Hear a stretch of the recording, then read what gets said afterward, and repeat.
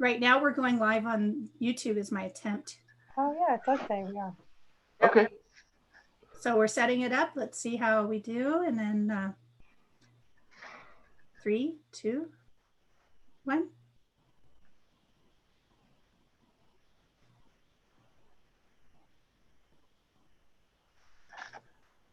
Are we good to go? Okay. Welcome guests tonight for the Spirit Collectives. Free healing, because all love is free, the true kind. And tonight's subject matter is about grief. And grief, we've decided, is the most poignant expression of love. So first, we would like ourselves and any of our guests to close their eyes and inhale a deep inspiration of the spirit that asked us to come to planet Earth and be co-creators and participants in this time where many, many people are grieving the loss of a loved one, the loss of a way of making a living, or the loss of the way of life. And the fact that we feel grief is a poignant aspect of love, because that means there was something that we really did love. But in the realm of the holy divine, Spirit knows what we need far greater than what we want. And so today we bow our busy little heads into our heart space, where anything that we think about is being modified by how we feel. But we don't want to have our feelings without the intercession of the Spirit through our heart.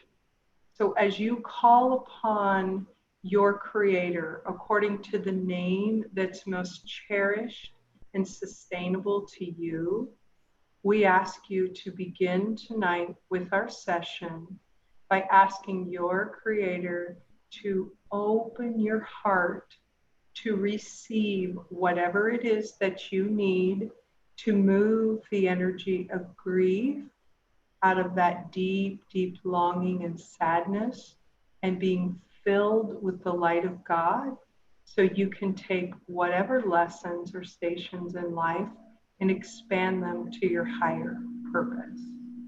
And so with that opening, we have included all of our members here tonight and anyone else listening, that they would receive the rippling wave of God's love dropping into the center of our heart and sending concentric circles out into the universe to unify and collect all of us into one whole aspect.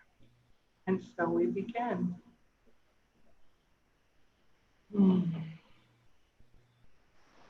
Thank you. So one of the aspects that was brought to our awareness most recently is the art of permission. And in that space of permission, grief, it kind of gets a bad rap.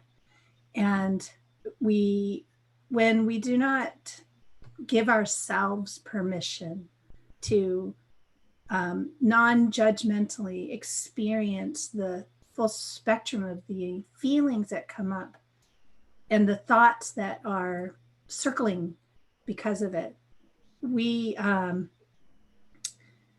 can unfortunately possibly create a little self-harm, in that sense that we will bury our feelings or suppress whatever language comes up that tells you that you set aside, and mostly in the difficulty of how do I do my routine, that familiarity of my lifestyle, how do I reconcile these powerful feelings with my day-to-day activity, that human aspect of having to be accountable to others, whether it's your employer, your family, your dog, whoever you're in relationship with, when all you want to do is crack, right? And so the idea of permission,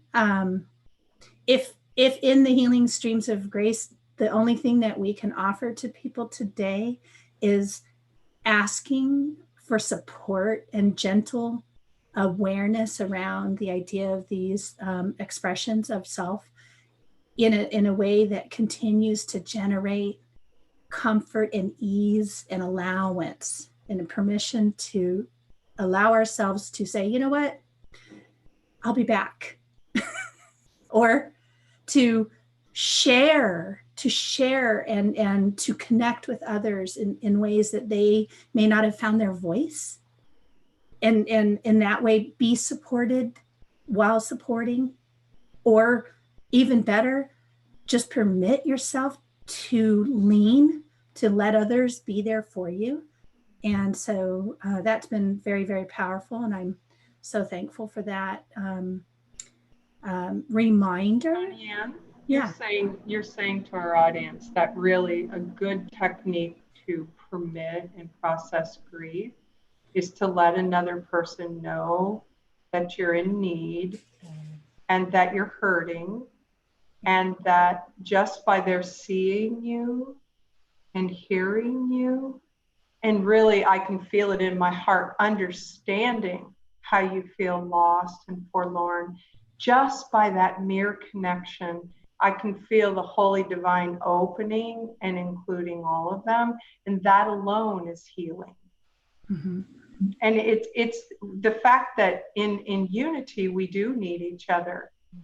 We are unified in the field, but we walk around in these separate bodies and we think, well, then that means we're not connected. Oh, no, no, no, no. In the subtle world, we're totally connected. That's why we feel each other. And if I feel your sorrow, Johnny Ann, just holding a little piece of it for you allows you to just have a break. Just even seconds. And the heart literally rests knowing that someone is cradling you and caring for you. And that's why I think a lot of people are grieved. They're not, like, they can't hug each other. They can't walk hand in hand. We don't have that social closeness. And yet the divine is showing us how much interdependence there really is needed and necessary for us to be a collective whole. So that's your descriptions are very beautiful and really describes the way that even on this Zoom call, we can be connected and we can hear each other. Mm-hmm. That is what love is seeing, hearing, and understanding another soul. Mm-hmm. Yeah, the two things that were coming through for me, both of you already shared about the importance of feeling your feelings, whatever it is that's coming up during grief, if it's anger, if it is the sadness, the sorrow, just the importance of feeling that wave of feeling through, allowing that to pass. I mean, other waves of emotions will come up through grief, but it is so important to feel those. And the other part was what you both shared about asking for help or reaching out to others to let them know I'm not doing okay right now. This is very important and helpful, but so difficult for people to do. Mm-hmm. Mm-hmm. In the asking, Amy, too, it strikes me as a very brave act of self-love. Yeah. Like, you really have to love yourself enough to say, oh my goodness, I can't do this by myself. Yes. I need your help. To be able to come to the power and the truth that you need someone else's love, you have already invited self-love in a very large way into your heart, and that also is healing. Yes, so important. Mm-hmm. Part of the issue, I think, that what blocks people from asking for help is the experience how a lot of the help is by telling them to, get over it, or assigning meaning, like, that was meant to be. I mean, things that are certainly well meant, And yet when someone is grieving, they're not ready to let something go. That's what grieving is all about. In fact, it is about trying to undo something that happened, trying to reverse the loss. And I mean, half of it for me, I mean, from my experience, is this irrational desire that what happened, it's like never happened. How do you bring them back, right? And so to hear that you know that you need to do something else and just figure out how to work around it is hard, depending on where you are in your grief. And yet, so when you're asking for somebody to help, some of it is probably educating whoever is helping. Kathleen, it's exactly what you said. Is just the fact that somebody is witnessing you, being with you, feeling, you know, the sadness, and really that's all there is to it. That's all that can be done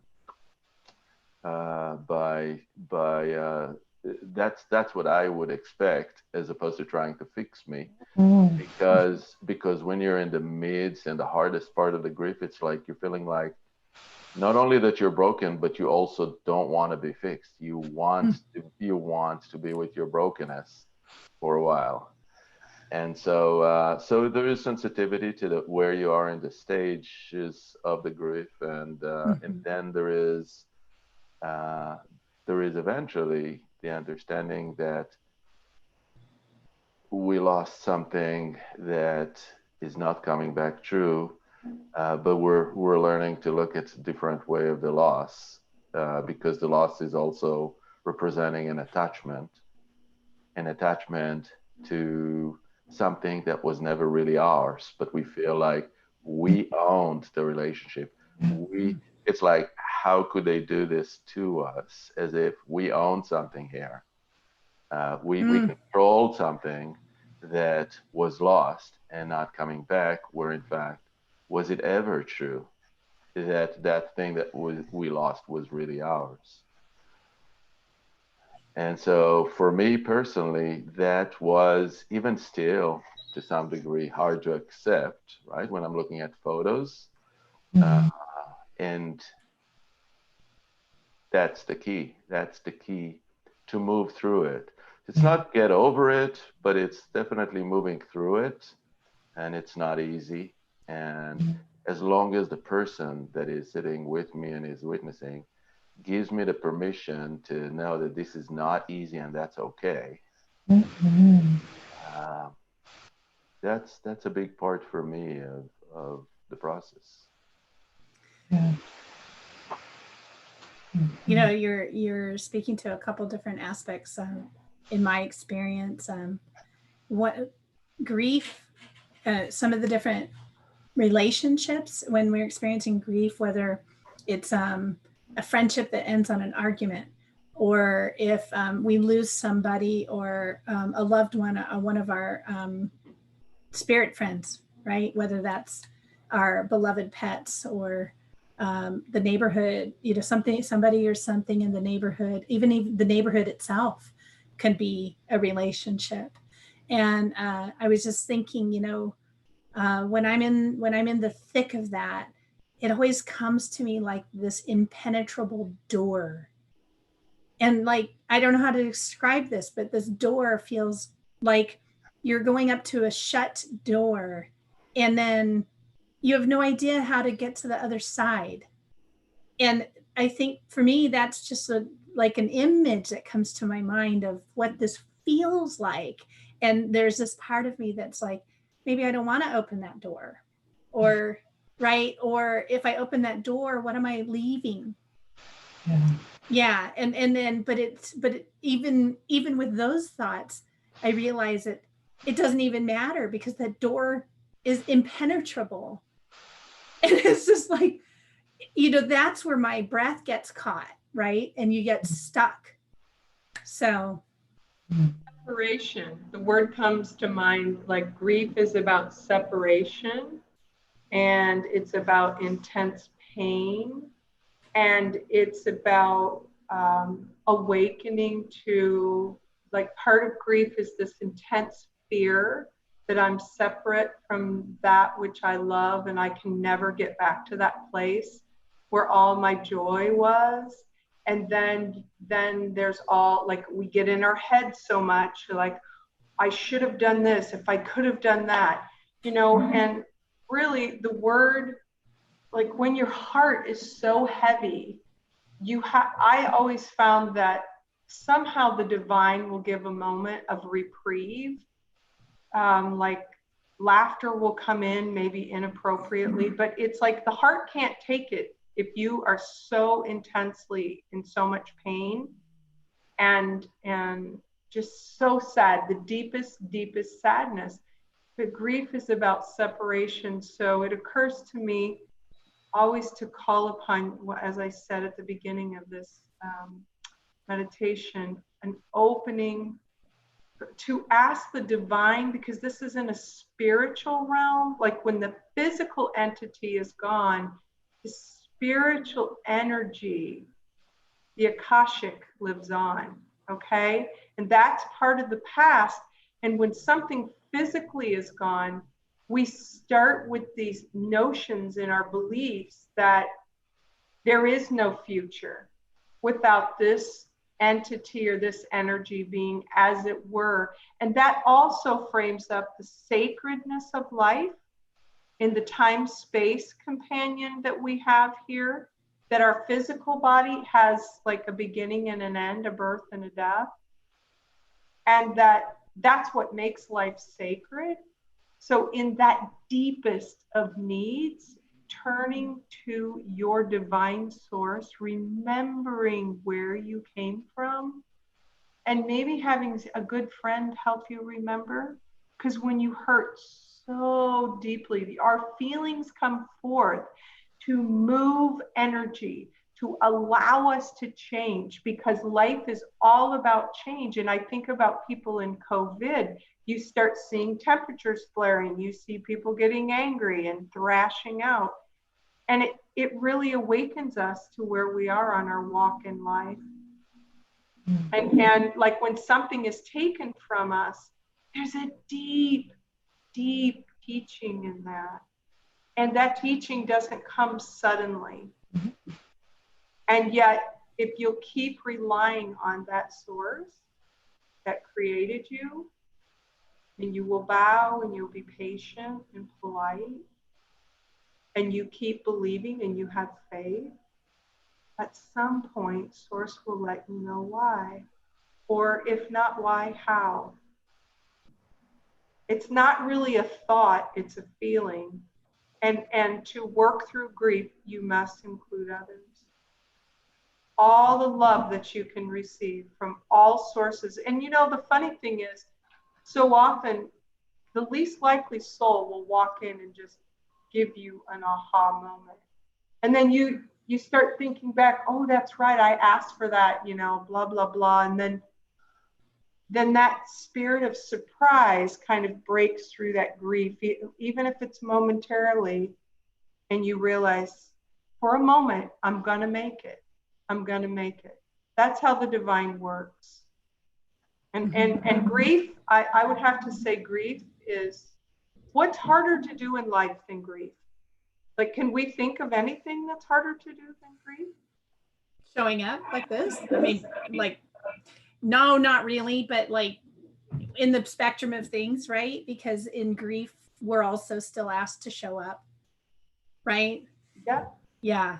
And as I was listening to you and I was being soothed by your voice, it brought my remembrance of one of the most difficult things for a person who has somebody that they love who is suffering grief is how to be present with them and what can they offer to them, as Ofer was saying. And one of the amazing things about love is that it really comes in as a physical feeling as well.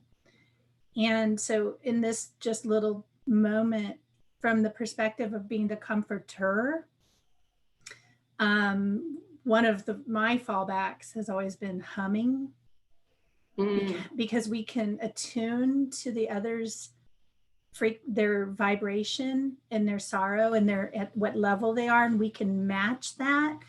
And then as we invoke through our own spirit breath and we vibrate that love from our heart to them, it will bring the tones through for wherever and whatever they need at this time. And then I noticed too, to be sung to is another way of acknowledging the person. So for those who may struggle with, how do I meet my friend? How do I meet my loved one? How can I don't know how to be there for them. It makes me uncomfortable. That's one of the ways that you can do it. And then also, in keeping with a person who is suffering, it's more than appropriate to tone your expression to, if that's all you can find within, to acknowledge your pain, is to hum it out. Hum it from the depths, hum it to the heights, hum it wherever that frequency is and wherever it needs to go. And it's just such a simple practice for allowance and permission. And so I just, as you were flowing into my heart space like that, I just had to stop for a second and go, check this out. It's happening right now. Johnny, and that's creation energy, right? Sound, so when God said, let there be light, God said it. So that vibratory sound is the effort of creation. We're talking about people grieving the loss of creation, and you immediately go into divine aspect. You go right back into creation, because the truth is, let's say someone dies, their physical body dies, but their spirit lives on elsewhere. And for you to remembrance that we all come from that divine creation, and for you to emulate divine creation through sound.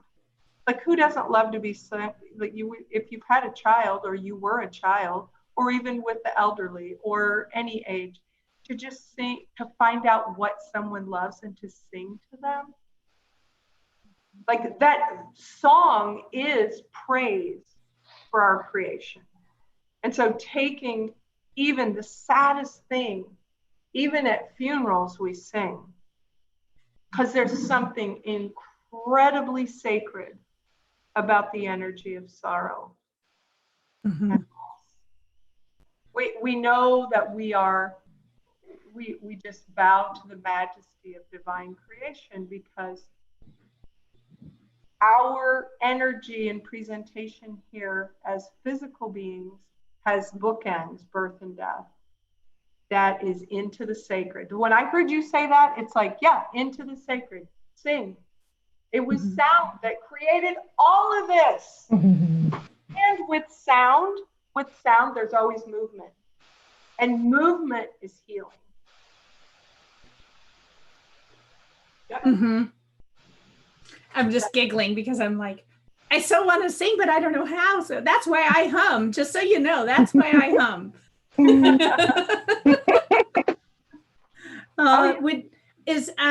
Can we, Ofer, we've spoken to you many, many times about the beauty of your sound. Would you bless us with a little meditation to secure this space for us? Sure. And for all those who are grieving, for whatever Absolutely. reasons, Ofer, like, how to go directly to the divine. So just whatever the divine says, let's have it. Yeah.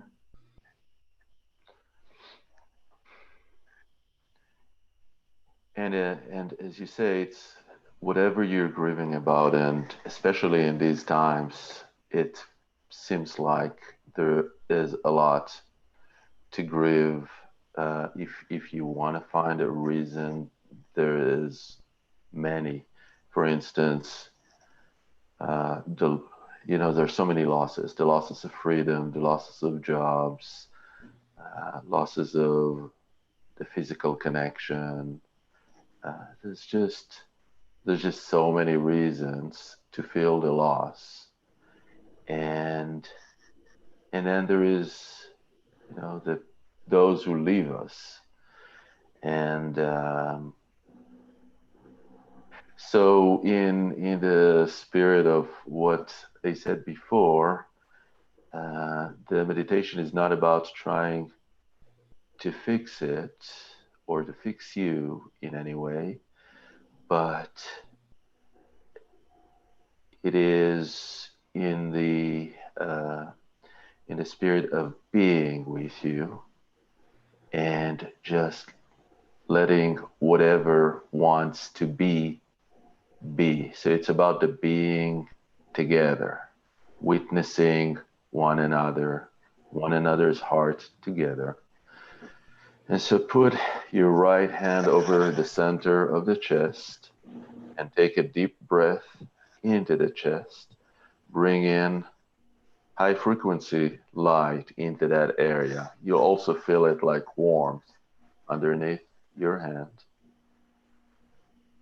And as you breathe it out to feel a sphere, an unseen sphere that is around you. And that's the sphere of energy that surrounds you. Just fill it up with this light of the breath. And another one, take another one in. Deep belly breathing. And expand that light from the center of the heart with your out breath all the way around you, so that you're feeling like you are filled in with light. And with your awareness, move now also to that warm area underneath the hand, inside your chest. Just move with your awareness as if a microscopic or smaller version of you is in the chest, feeling the tissue, the spaces around you, the bones, and with your awareness also breathe some expansion around you so that the space around you expands. The space around you is really have nothing to do with the bones or with the tissue or with the muscle or with anything else. The spaces are there. If you go deep enough, if you go small enough, the spaces are there and they're large. So just be aware of all these spaces around you when you're in your chest and allow them to open up even more. And take another deep breath and see and feel them filling up with light. And now move with your consciousness into your physical heart, which is probably on your left to the hand. Just move into your heart. Move through the heart wall, through any membranes, and perhaps somewhere within the chambers area. As you move in there, you might feel or hear the sounds of the heart and the pumping, the beating, but there's also something else. And I want you to pay attention to this something else that is actually much quieter, because you're also moving into another dimension that is not physical. It's inside the physical heart, but it's a dimension that is sacred and is not physical, and it's beautiful. So you'll know that you're there when perhaps you see just a beautiful scenery of wherever you are. It might be nature, or it might be something else. It might be inside a beautiful other type of a space. But you'll know that it's sacred from the look of it, from the sound, which is way different, and from the light. Because if it's dark, you can always ask for light and you shall receive. And the light is special in that it does not have shadow. It's light. That's all it is. It's light. And that's the beauty of this space, that it is filled with what sustains us, with what can touch our heart and expand it and sustain us. And so as you're here, you can also connect to the higher parts of creation, including your higher self, which is a reflection of spirit, and unite with your higher self. Invite your higher self to unite with you, and so that you become this pure awareness consciousness that looks almost with the eyes of a child or a newborn around, and with wonderment and with amazement at the beauty of the sacred space. And you can invite any conversation that feels right with the angels, the archangels, with the divine. Ask whatever you want to ask. It's a great place for manifestation, although sometimes it's nice to be here just for being, without feeling any need, any necessity to do anything. And so when we're talking about grieving, this is a place of rest. This is a place where, the grieving is so intense, where you can come here, and when you come here, you feel like, I can rest. I'm allowed to rest right now. And just feel the beauty around me. Maybe there is a breeze, and see what is there that it wants to present in front of me without any effort. And if there is anything to do, which is not really much of doing, is to relax. Relax the neck, relax the back, relax everything in your body. Just let it fall. Let yourself not being in a place where you're holding yourself together. There's nothing to hold together here, because you're already being held. You're already supported when you're here by the entirety of creation.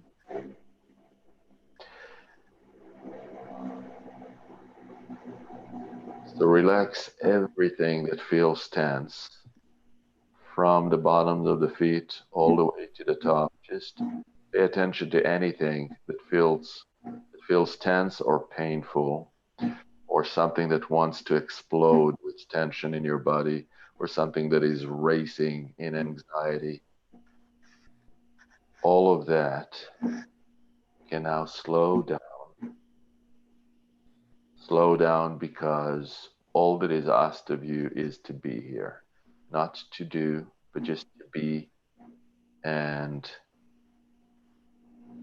open yourself up to the possibility that you are here receiving. Not receiving fixing, not receiving how to transform yourself, even not receiving any medication, not receiving anything that will change you, but receiving what is already what is already you. You just allow yourself to receive more of you. And what is it? It's this divine love that is always around you, that is always coming your way, that is always there if you allow it, if you pay attention, if you do nothing. When there's nothing, there's the love around you. And so there's light, there is love, and there's nothing to do with it. When you're in deep grief, you don't want to let go, then don't. Don't let go. Maybe you want the pain to be with you all the time. Let it be whatever it wants to be. but also know that like the walls around you, there is now like the air around you, there is love around you. And it's coming like a river because you are in your heart in this place that knows how to receive love in the most graceful, love in a loving way. And so the love is coming in, spilling in very gently around you, filling you, filling every cell of the body, every cell of the awareness of your knowledge. What you know then is that there is love and that you are being loved. And that's it. There's nothing else to do, nothing else to be, but the awareness that you are right now being loved deeply by the entire universe, by creation, and you can be loved as much as you want when you're in your heart space like this. And once you learn to feel this and you learn what it feels like when you're in this sacred space, you can come here often, quietly, as Kathleen was saying, politely, because you are in a very sacred space. This is your temple. This is the place where when you're polite, just receive without having to question or ask or expect. Uh, a big part of our grief is the expectation that something that I have been attached to is gonna come back, or is not gonna leave me, or is gonna somehow materialize in a different way. Let that expectation be loved as well. So there's nothing to get rid of when you're in grief, but let yourself be loved. That's all. And once you feel this as deeply as you want, just come back and open your eyes and be with us.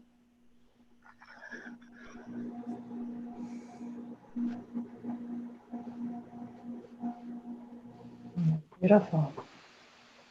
I didn't want to come back. Then stay. There. Well, we have to kind of come back for tonight. But now I know how to get there, Ofer. Thank you. That Ofer was through the doorway.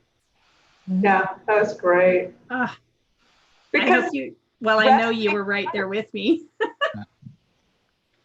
But didn't you feel like you were resting in your heart? You're like it's like shelter. Like you showed us how to go get shelter from not just grief, but any kind of untoward feeling that's exhausting, that it's like how you go like fill your tank, literally, like so you can, like, because when you leave that meditative space and you come back, like we got something. There's something in there now that was kind of emptied out. And now it's like I've got a little more power to deal with life.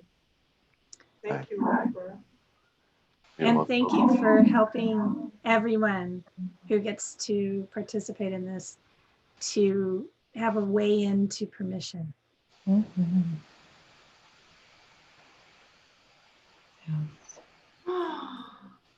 Wow. You know, Ofer, I have to thank you publicly. Worldwide thanks, because I want you to know that the power of which you give us this gift is the expression of your heart. And it's just so divine. And it's like, I could sound so cheesy right now, but I'm not gonna. Magnanimous. That's what the word that comes to mind as you're describing Ofer's heart is magnanimous. Just big and loving and inclusive. Mm-hmm.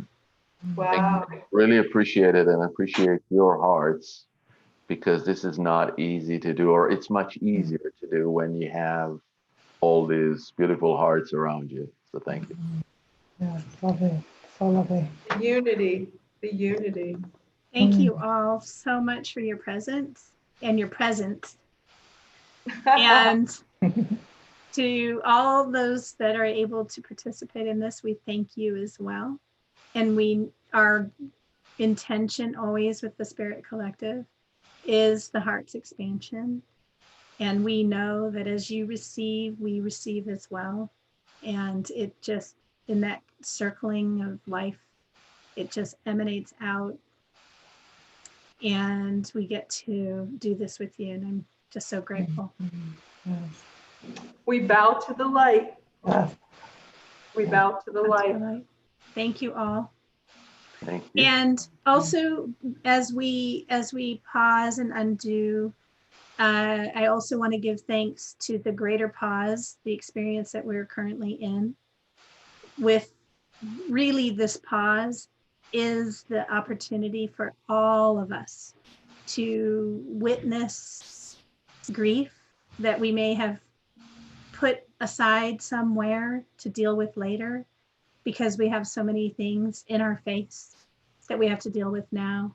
And in the healing of the planet, the healing of the mother's lungs, the Mother Earth lung, and the human lung, and the human intestine, the Mother Earth, the earth matter, the body matter, and those combinations of material world. And this, I give thanks for this great pause, so that we have this time to do our stillness space in the heart, and have that gentle permission to just be.